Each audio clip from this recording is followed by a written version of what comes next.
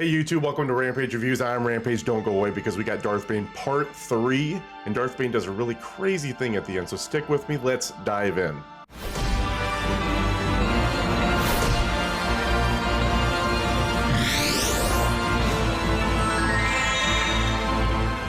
So today we're on to the third book of the Darth Bane trilogy with Drew Karpyshyn as the author. It's Darth Bane, Dynasty of Evil. The first two books being Path of Destruction and The Rule of Two. This book takes place about 980 years BBY. Bane is now in his 40s, and Xana is only 8 to 10 years younger. I can't remember exactly what the book references, but she's almost a decade younger. Bane and Xana now live on a planet called Ciutric 4, and they have this disguise, this persona built up, where they are a rich brother and sister. It's a planet that doesn't have a lot of action surrounding it. It is kind of a location where people will transport goods and that kind of thing. But as far as nefarious action or as far as a planet that gets a lot of attention, it's not one of those. And that's great for Bane because he wants to remain anonymous for the most part. Bane goes by Sep Omek and Xana goes by Alia Omek for their persona that they take on in this book. In the interest of trying to be more concise, I want to just try to give you the bullet points of this book. I feel like I've been really wordy with my videos previously in my descriptions. If you enjoy that, make sure to leave that in the comments and let me know.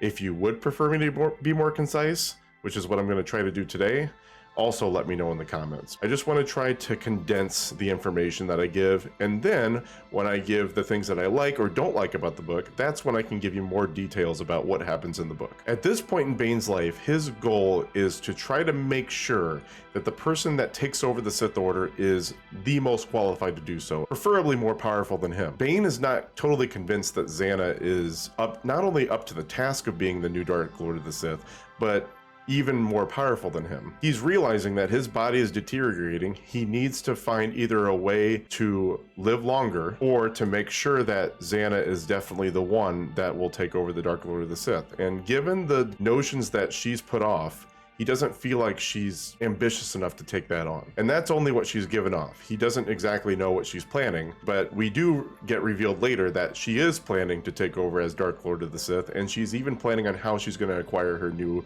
apprentice. Since Bane knows he might have to try to find a way to live longer since his body is breaking down, a lot of having to do with the orbalisks that he took on in the last book, which really damaged his body beyond repair. He ends up finding out about a Sith Lord that lived about a 500,000 years before him named Darth Endedu.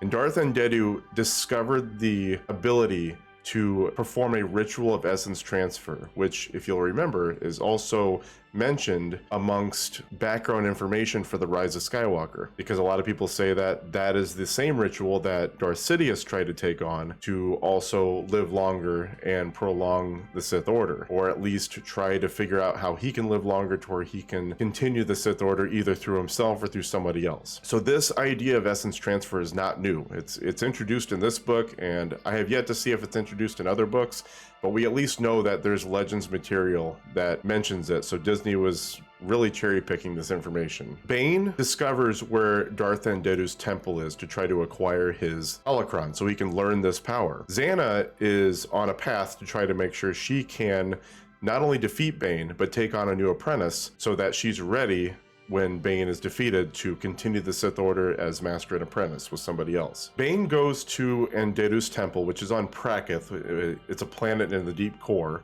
which you'll remember he had to travel to the deep core in the last book when he went to Tython to fight 5 other Jedi from the Jedi Temple. Xana ended up finding out about a dark Jedi named Set Hearth, who accompanies her on another mission that Bane sends her on. When Bane gets back from Prakith with the holocron, he actually has trouble getting the information out of the holocron because Endedu's essence is in the holocron and is able to determine what information you get out of him. The holocron was trying to tell Bane that he was not worthy of receiving the information yet. So rather than trying to wait that out, Bane inserted his will into the holocron to steal the information from it, and it's just raw information that he steals from it.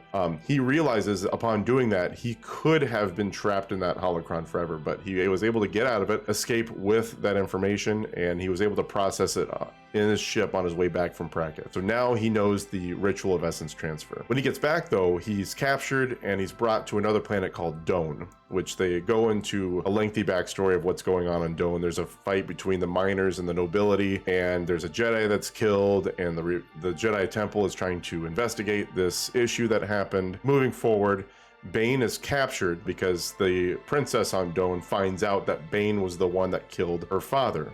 Now you'll remember Caleb from the old books. It was the healer that healed Bane twice against his will. This daughter of Caleb, the one that was used as a bargaining chip in the first book when Bane held her up and said, I'm going to kill her if you don't heal me, that is the new princess of Done now. She finds out that Bane was on Ambria when Caleb was killed. She believes Bane killed him. We all know that Bane did not kill him, that actually it was Xana who killed him, and Bane doesn't know what happened because he was unconscious at that point in the last book. He gets taken to Done. Xana realizes what happened and has to take Set Hearth to Done with her. Bane is imprisoned. There are 4 characters that are present there while he's captured. There is the Princess of Done, Caleb's daughter. Her name is Sarah. There is Sarah's bodyguard. Her name is Lucia. She's a former soldier on the Gloomwalkers unit, the unit that existed in the first book that Bane was a leader of. Lucia knows who Bane is, but she knows him as Dez. She doesn't know him as Bane. There's another bounty hunter that was sent to capture Bane. She goes by the Huntress, and then there's Bane himself. The Huntress has seen what Bane looks like. Sarah and Lucia don't know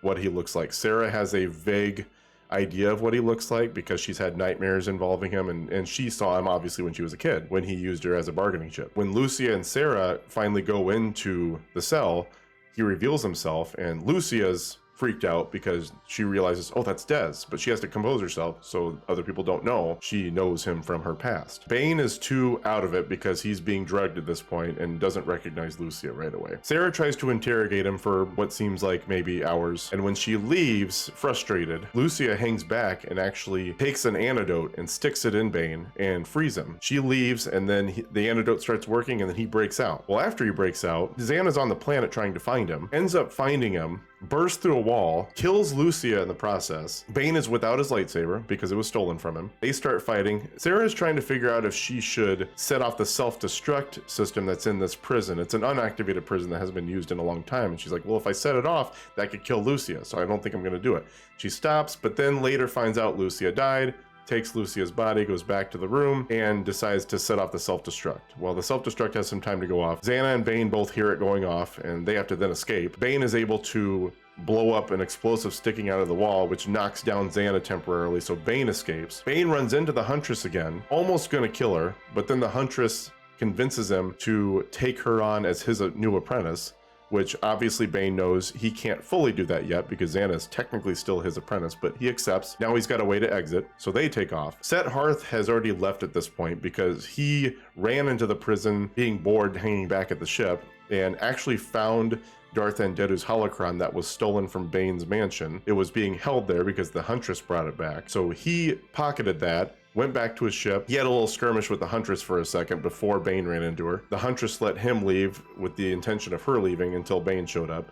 So then Bane and the Huntress left, and then Sarah at this point had taken off with Lucia. Sarah goes back to Ambria because that's where she used to live with her father. It's a sentimental place for her. The Huntress tells Bane that that's where she's going to be because Bane now wants to search for her because she interrogated him for hours and he wants revenge. Bane senses that she's got this light aura around her. She doesn't necessarily know if she wants to kill her at this point because she's lost everything now. Now she's disobeyed her father-in-law, brought shame to herself as a princess. She's got nothing left. Bane's like, well, I might need to use her at some point, so I'm not going to kill her. She kind of sets off the Huntress in a way, and the Huntress is like, can I kill her? And Bane's like, yeah, go ahead. So the Huntress ends up killing her anyway. Bane sends a message to Xana and says, hey, meet me on Ambria so we can settle this. Xana doesn't know if it's going to be a trap, but she ends up going anyway.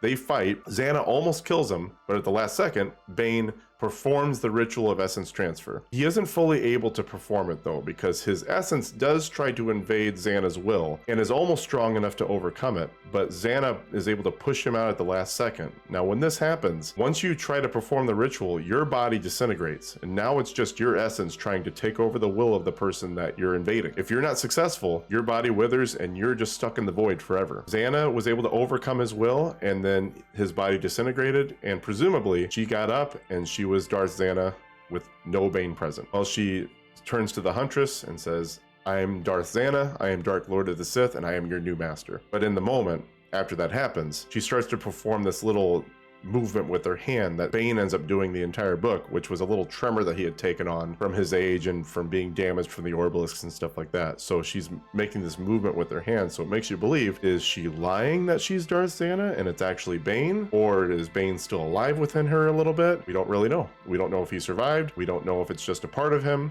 We don't know if it's just an imprint, some kind of residue that's left of him. We don't know. Darth Zana is now left to train the Huntress, who takes on the name Darth Cognis when she first meets Bane. Hopefully I was concise enough. That's a brief overview of the book. Did I like this book? I absolutely loved this book. It was extremely hard to put down. The only reason I even put it down was because I was reading it in between times that I was able to, whether I had to go to bed to get up to work in the morning, or whether I was at work and had little brief moments in the day to read it. It was very, very hard to put down. Loved it. It's my favorite of the three for sure. You'll remember in my last video, the second book wasn't quite as good as the first, and I felt like a lot of the characters in the book were kind of boring. This book completely corrected that. I felt like all of the characters were pretty interesting in their own right. You only really get to meet one Jedi if you don't count Set Hearth as a Jedi, which she's a dark Jedi. But even Set Hearth is a really interesting character because Drew Karpyshyn does a really good job of differentiating the dark Jedi from the Sith. You'll recognize that the Sith have a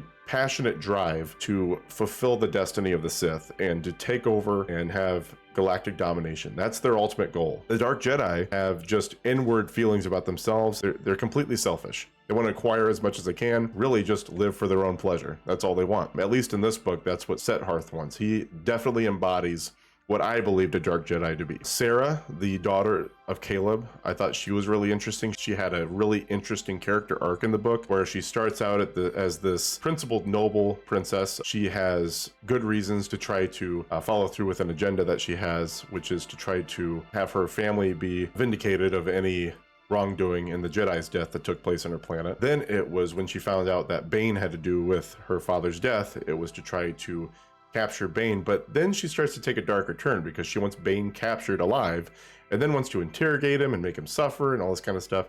You really start to see she's traveling down the dark side. So even though, and Sarah is actually strong with the Force because she's a healer.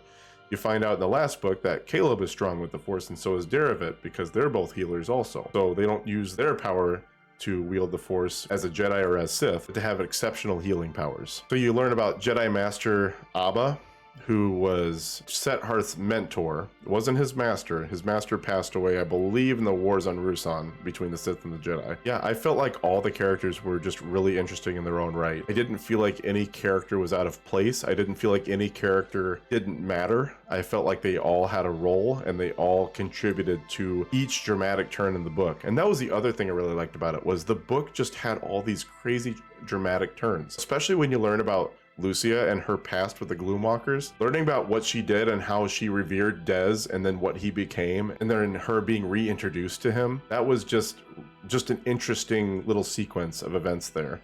And then also seeing Bane's reaction to her, which Bane has fully become Bane. He had this little glimpse of, well, I had a life previously, but I left that life behind. And then after he realized, like, I left the life behind, he was Bane and he said, you're just an obstacle in my way. I don't care about you. And it was at that point that Zana burst through the wall and then Lucy was killed in that impact. So just seeing that all these dramatic turns in the book were just really, really interesting. As far as the characters go in the book, and when it comes to power level, I'm really only going to go into maybe 3 of them when we talk about just strength of the character. Darth Bane at this point, I'm not completely convinced that he's an anomaly of a Sith Lord. And when I say that, I mean, there are plenty of other Sith Lords we've learned about that have not only accomplished more than he had, but have achieved a much greater power level than he had in Legends, possibly even in Canon too, because Darth Sidious arguably achieved a lot and achieved a very high power level in his career. It's possible that Bane, over time, could have surpassed them, given how strong Darth Zana was at that point, and I don't know if there's other Legends material on her, but I would really be interested to learn like how far she is able to go in her tenure, what exactly happens to her. But as we've seen with the Sith throughout time, they're so vindictive and they're so deceitful that a lot of times many of them get killed before they can reach their full potential because they're just not able to get strong enough fast enough to avoid getting killed by somebody else who's also chasing after that power. Bane is still extremely strong though, an extremely strong warrior.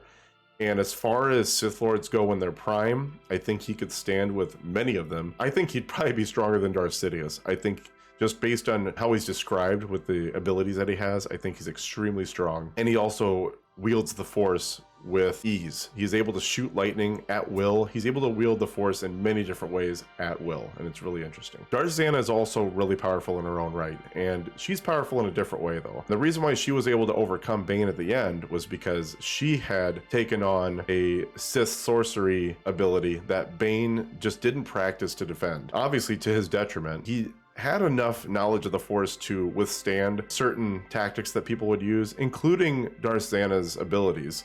He was able to withstand it temporarily, but eventually she was able to overcome him because she had become so skilled in this form of Sith sorcery. And what she's able to do is she's able to invade your mind, put forth images of your darkest horrors in your mind, and make you believe that they're happening around you. While she did that, Bane at first was able to withstand it, but then it started to take over his mind, and he was stunned for a bit. He was overcome by this power, but eventually the things he was seeing, he was able to make sense of it in his own mind to say, none of this is real. I just need to find Darth Zana and then go back on the attack. He displayed a lot of power to withstand that, but she was very, very powerful, very quick, smart, agile. She displays a lot of manipulation in the book. These are things that, as a Sith Lord, served her very well and made her very powerful. Powerful enough to defeat Bane and also to withstand his will invading hers. And then you have Set Hearth as a Dark Jedi. Now, obviously the weakest of the Force users in the book. He shows a lot of resourcefulness too. He's shown what has allowed him to survive running from the Jedi Order as long as he has. He's had to use a certain amount of cunning to stay away from the Jedi Order, but he lives life as if it doesn't matter what happens around him. You read in the book that he owns a mansion, he has parties at his mansion, he invites people over, he goes back home and he just starts drinking a bottle of wine. Like, he's doing things as if he doesn't care what happens around him, which isn't really indicative of somebody that's trying to hide their persona or hide their identity. That being said, you see plenty of times where he becomes very resourceful. In fact, when him and the Huntress have a fight, he nearly kills her and is able to use her inability to wield the Force against her, which is a very basic thing that Sith Lords and Jedi alike learn when they first start learning about how to wield the Force. While the Huntress, she has abilities that are very, very strong that seem to be based in the Force. She's unable to wield it like a Jedi or a Sith. That leads me to the Huntress. I do want to talk about her actually, so that'll be my fourth person I'd like to talk about as far as power level goes. Because the Huntress actually then becomes, as we see at the end, the apprentice to Darth Zana. She's an Ektachi, which apparently, I think I read that all Ektachi have this ability to see into the future, somewhat with ease, and then also to read people's minds. I don't know if the mind reading is exclusive to the Huntress or if it's something that all Ektachi have. It allows her to kind of like sense where people are and where they're going to be across space and time, which is incredibly crazy. And a lot of times when, like, for instance, if somebody tried to ask Yoda about what's going to happen in the future, a lot of times his answer is, always in motion is the future. Like, it's very foggy, I can't tell. But every time the Huntress is asked to search for somebody or to take down somebody, she's with ease able to find out where they are and where they're going to be at any certain time. When she goes to capture Bane, now granted, she has 20 soldiers with her to help her capture Bane. She knows right where he's going to be and she puts up a really good fight against him. And that's because she's a very skilled fighter. To some degree, she has the ability to see what's going to happen ahead of her, presumably through the Force. But you learn in the book that she doesn't really have the ability to wield the Force. She just has some very base instincts, much like a child would have when they don't realize they're Force sensitive, but they're able to see what's going to happen in very moments into the future. Now, can it be canon? We talked about this with the first book. I missed it with the second book. I forgot to mention about if the book could be canon in the second book. So I'm going to talk about it for the second and the third book in this video. Absolutely could be. And the nice thing about talking about stories that take place generations apart is the likeliness of them running into something else that's going to conflict is very, very low. So this takes place, like I said, 980 years BBY. The next book I'm going to read takes place in the High Republic, which is 330 years BBY. So you still have like 550 years in between, unless they talk about Bane or they talk about characters that took place during that time, which so far they haven't. Yeah, it could absolutely be canon. And I dare say that this entire trilogy needs to be on the screen. It's so interesting, and Bane's character in these books is so interesting, and the process in which he tries to lead the Sith Order into the future is very interesting, and the way he takes on his apprentice and the things that he teaches his apprentice and his conviction and just everything about him and the characters around him are just, the whole trilogy is very interesting. Even though the second book didn't totally live up, the entire trilogy is still very, very interesting. And I would, oh my God, I would so hope that Filoni, Favreau, just please take some part of this trilogy and put it on the screen. It's just too amazing. I think we all want to see that. I absolutely think after seeing how Bane is described in the trilogy, we all want to see that for sure. It'd be totally crazy and totally awesome. A rating for the trilogy. I saved this for the end, and I'm going to give an individual rating for each book, but I wanted to read each book first before I gave ratings because I wanted to kind of be able to compare them to give fair ratings. So I'm going to give the first book an 8.8. I don't want to go into the 9s because I just feel like, and I think I gave a 9 out previously. Sometimes you have to be tough with your reviews, and I just want to make sure that I'm being fair to books that come later. The first book, very, very good. I'm going to give it an 8.8. I think that's a very fair score. The second book, I'm going to give it a 7.2. Still a decent score. It was still an interesting book. I did like the book, but like I said, the characters surrounding Bane just weren't interesting. Like Xana was to a degree. Even Hetton, the person that almost becomes Xana's apprentice in the second book, he was pretty interesting to a degree, but everybody else, it didn't stick with me that much. I just wasn't that interested. And the third book gets a 9.2. It's spectacular. Love that book. I'm sure it could get better. I mean, so far, I can't imagine a book that's better than that book right now. Every character was interesting. The dramatic turns were crazy and great, and I loved them. The ending was great. I thought it was very appropriate, and I thought it was just a great cap to the series. We got 8.8 for the first book, 7.2 for the second book, 9.2 for the third book. What a series. Amazing. I really appreciate you guys sticking around this far. If you enjoyed the content that you saw today, make sure to like the video and subscribe to my page. If you want to read this book, there is going to be a link in the description so you can purchase this book on Amazon. If you do choose to purchase this book through that link, just be aware that I am an Amazon affiliate, and any purchase you make through that link will help my channel in some way or form. I hope you buy it to not just support me, but I hope you buy it to help spread the discussion and to help talk about Legends and canon material, because that's why I'm here. I just love to talk about Star Wars, and I want to talk about it with you. So any kind of information you have or opinion you have about either this video or Legends material, always make sure to include them in the comments. I'd love to continue the discourse about these books and the information that you heard today. Thanks very much. Appreciate you guys. May the Force be with you, and I hope you guys have a great rest of your day.